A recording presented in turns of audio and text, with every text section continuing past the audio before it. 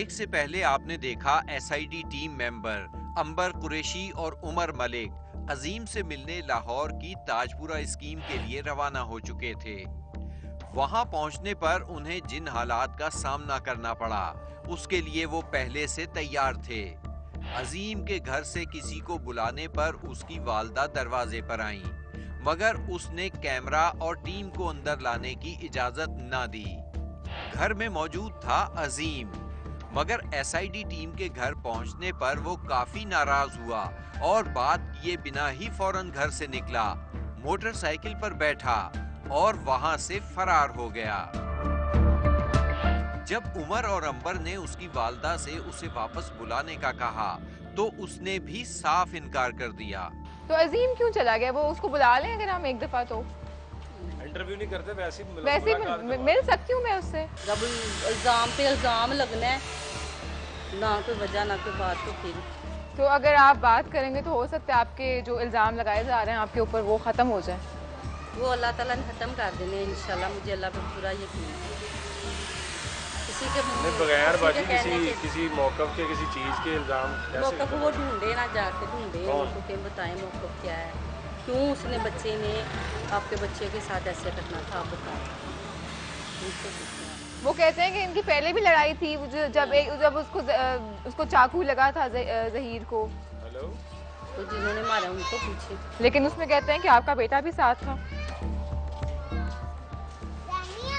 आप उनसे पूछिए। अच्छा, राना लियाकत साहब जो हैं वो कहते हैं मैं नहीं जानता इन्हें, आप कह रहे हो उसके खालू हैं, मेरी बात हुई है उनसे। तो राना लियाकत ने तो कहना जो जानना छुटे।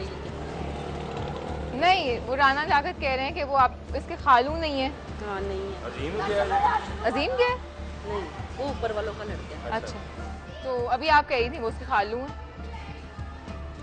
नहीं, वो ये चाहे आप वो इतना सच बोल रहे हैं ना, आप उन्हीं पे पूछिए। नहीं, अभी आपने कहा ना कि राना लियाकत खालू है, वो कहते हैं मैं खालू नहीं हूँ। चले ठीक है। एसआईडी ने इस केस की तहकीक की। इस केस का एक अहम किरदार है राना लियाकत। यह है सीआईए का एक सब इंस्पेक्टर। इस केस के मुबैना मुलजिम अजीम के घर वालों को यही मशवरे देता है, क्योंकि इसका है उनके घर आना जाना और खाना पीना।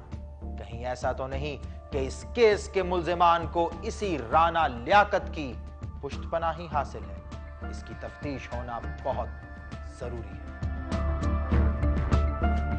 जहीर के अगवा केस में निशात कॉलोनी लाहौर में रहने वाले उसके एक और दोस्त राहील मसीह का नाम भी एफआईआर में दर्ज कराया गया था, मगर पुलिस ने उसे भी इब्तिदा में ही क्लियर करार दे दिया। अली ख्वाजा रवाना हुए राहील के घर निशात कॉलोनी के लिए।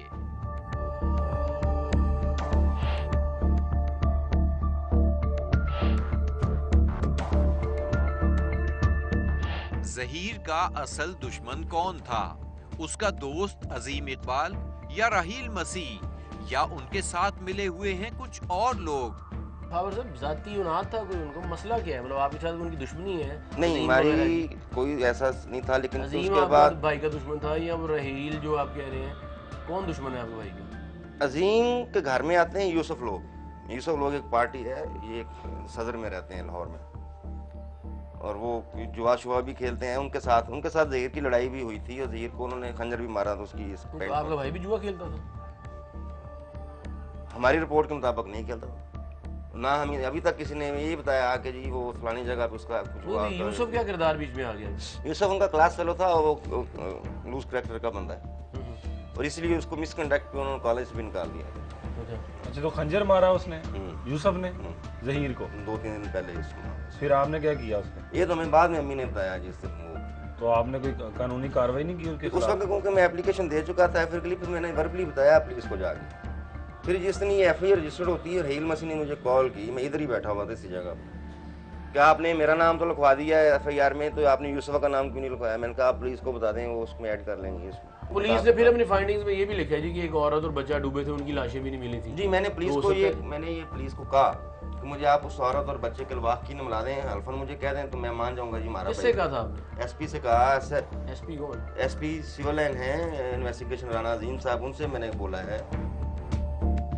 कैप्टन खावर की इसी बात की वजाहत के लिए चीफ इन्वेस्टिगेटर मूसा हैदर पहुंचे SP investigation civil line Lahore के ऑफिस और जानना चाहिए ज़हीर जमील केस की तफ्तीशी रिपोर्ट की असल हकीकत। अजीम साहब, इस केस के मुद्दई जो ज़हीर के भाई हैं कैप्टन खावर, उनकी जानिब से आप पर इल्ज़ाम लगाया गया है कि आप इस केस की तफ्तीश में जानिबदारी से काम ले रहे हैं, क्या ये हकीकत है? नहीं, ये तफ्तीश मेरे पास बोर्ड के ज़रिए चेंज होकर आई थी। पहले इसकी मुकामी पुलिस ने तफ्तीश की है, उसके बाद DSP CA ने तफ्तीश की है। DSP CA सिविल लाइन ने, बड़ा सीजन अफसर था। उसके बाद मेरे पास तफ्तीश आई है। मैंने इसको बड़ा डीपली जाकर देखा है। मैं मौके पे भी गया हूँ। नो डाउट कि उनका बहुत बड़ा नुकसान हुआ है। अनफॉर्चुनेटली एक बच्चा जवान था, वो नहर में डूब के अपना हलाक हुआ है।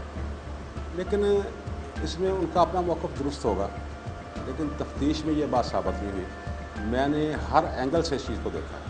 देखिए अजीम साहब, आमतौर पे पुलिस के बारे में लोग कहते हैं कि इनको अगर किसी पे शक हो तो ये रात के अंधेरे में दीवार फलांग के भी जाके उसको उठा ले आते हैं, वारंट हो या ना हो। ऐसा आमतौर पे कहा जाता है, समझा जाता है। हकीकत है या नहीं, ये इससे कतई नज़र। मुझे सिर्फ ये बतलाइए कि एक दोस्त, एक लड़का अपने दो दोस्तों के साथ जाता है और वो कहते हैं ये नहर में डूब गया, और वो आखिरी गवाह हैं इस बात के कि डूब गया, क्या इसके बावजूद भी उनको शामिल तफ्तीश नहीं किया जा सकता? नहीं, शामिल तफ्तीश हमने भी किया है। शामिल तफ्तीश पहले जो IOs थे, अपना इन्वेस्टिगेशन ऑफिसर, उन्होंने भी शामिल तफ्तीश की है। और पुलिस अब तो जो आप जो कह रहे हैं ना कि दीवार तोड़ के ले आते हैं, दरवाज़ा तोड़ के ले आते हैं, आपको तो अब ये नामुमकिन है। पहले ये जो रवायती पुलिसिंग थी वो अब ख़त्म हो चुकी है। इस वक़्वे के पीछे किसी साजिश या किसी प्लान की बू नहीं आती दोनों जानिब से, अगर हम बात करें? ये एक हादसा है, मेरी नज़र में कि ये हादसा है।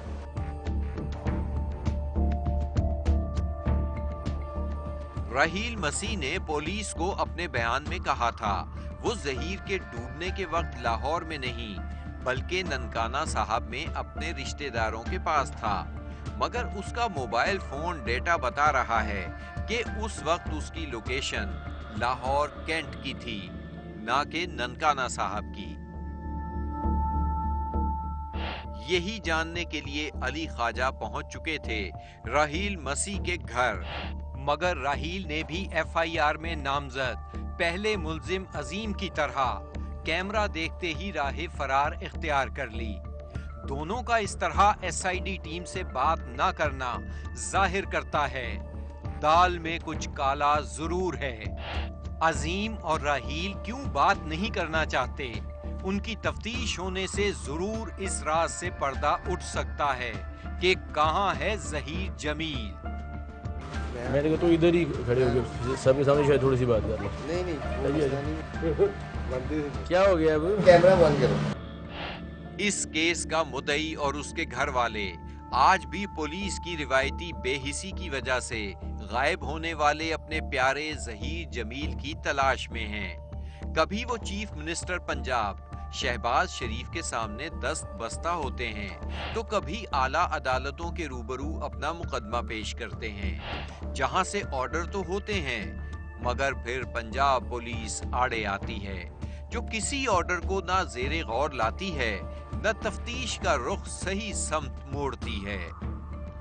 टीम SID पुलिस की तफ्तीश का रुख किसी और जानिब है और बज़ाहिर नजर यह आता है कि पुलिस की दिलचस्पी का महवर शायद कुछ और है, क्योंकि FIR अगर अगवा की कटवाई जाए तो ये जरूरी तो नहीं कि पुलिस सिर्फ अगवाकार को ही तलाश करेगी, क्योंकि अगवा किए जाने वाले को कत्ल भी किया जा सकता है। क्या ख्याल है आप सबका?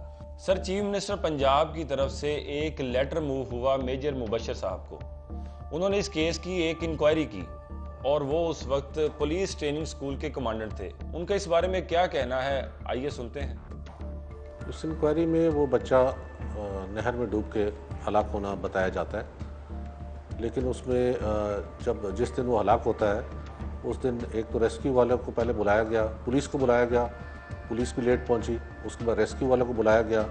रेस्क्यू वालों ने पहले तो उन्होंने गाड़ी ना होने का बताया, फिर उन्होंने कहा जी हमारी गाड़ी चल पड़ी है।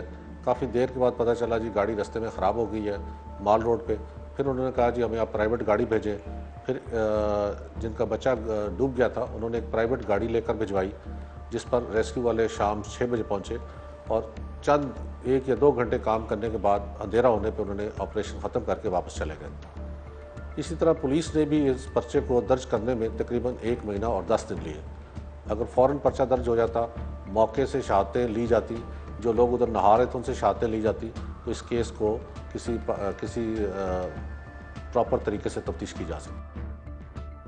सर, पुलिस कातिल को पकड़ने में दिलचस्पी क्यों नहीं रखती, इसकी वजह हमें जानना होगी। वाज़े तौर पर अगर पुलिस ऐसा कर रही है तो वो मुजरिम के साथ मिली हुई है, और अगर मुजरिम जानता है कि ज़हीर कहाँ है तो पुलिस भी जानती है कि ज़हीर कहाँ है।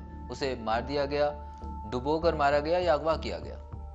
रफ़ी, लेकिन अगर पुलिस जानती है कि ज़हीर के साथ क्या हुआ तो इसकी क्या वजह है कि वो बात को छुपा रही है और राज को राज रख रही है? अंबर, ऐसा हो सकता है अगर मुल्जिमान के रवाबित पुलिस डिपार्टमेंट के कुछ बाअसर लोगों के साथ हों, वो घर भी आते जाते हों, उनके कोर्ट कचहरी के मामलात में मदद भी देते हों। आपका इशारा किसकी तरफ है? फिलहाल मैं किसी शख्स का नाम नहीं ले रहा, जल्दी सामने आ जाएगा कि इसमें कौन मुलव्विस है। सर, पुलिस ने इस केस की जो इन्वेस्टिगेशन की है उसमें अहम सिरों को बिल्कुल नहीं पकड़ा, कहीं कहीं तो उनका जिक्र भी मुनासिब नहीं समझा। मेरे ख्याल में सर पुलिस की अब तक की तहकीकात सिर्फ जान छुड़ाने के लिए थी। ये भी देखने की चीज़ है कि पुलिस ने कौन से सिरे बिल्कुल छुए नहीं और इस तफ्तीश के अंदर तफ्तीशकारों ने कहां फाश गलतियां की हैं। देखिए, ऐसा भी तो मुमकिन है कि ज़हीर शायद नहर पर नहाने गया हो अपने दोस्त के साथ और पानी में तैरता हुआ काफ़ी दूर निकल गया हो और अपने अगवा और कत्ल का इल्ज़ाम अपने दोस्तों पर लगा दिया हो। मगर दूसरी तरफ ये भी मुमकिन है कि वो नहर पर गया ही ना हो और उसे पहले ही कहीं मार दिया गया हो। एक नौजवान जो 1 साल से गायब है, उसकी माँ आज भी अपने बेटे के इंतजार में दरवाजे पर नजरें जमाए बैठी है। एक बार फिर पुलिस की बेहिसी और नाअहली की वजह से एक माँ अपने बेटे से दूर है। एसआईडी को मिलने वाला ज़हीर का मोबाइल डाटा, जिससे साफ जाहिर है कि ज़हीर के दोस्त उसकी गुमशुदगी के बारे में जरूर कुछ जानते हैं, मगर वो अपना मौकफ देने से साफ इनकारी हैं। आखिर क्यों? जिन पॉइंट्स पर एसआईडी ने तहकीक की, अगर पुलिस भी इन पॉइंट्स को सामने रखते हुए इस केस की असर-ए-नौ तफ्तीश करे तो ज़हीर का जरूर पता चल सकता है। अगर आप भी शिकार हैं किसी नाइंसाफी के और चाहते हैं तहकीक करे टीम एसआईडी, तो हमें बताइए, हमें ईमेल करें। हमारा एड्रेस है sid@sama.tv। आप हमें फेसबुक पर भी ज्वाइन कर सकते हैं, facebook.com/sama investigation department। मैं हूं मूसा हैदर और ये है एसआईडी। याद रखिए, जब बात होगी जुर्म की, तफ्तीश करेगी टीम एसआईडी।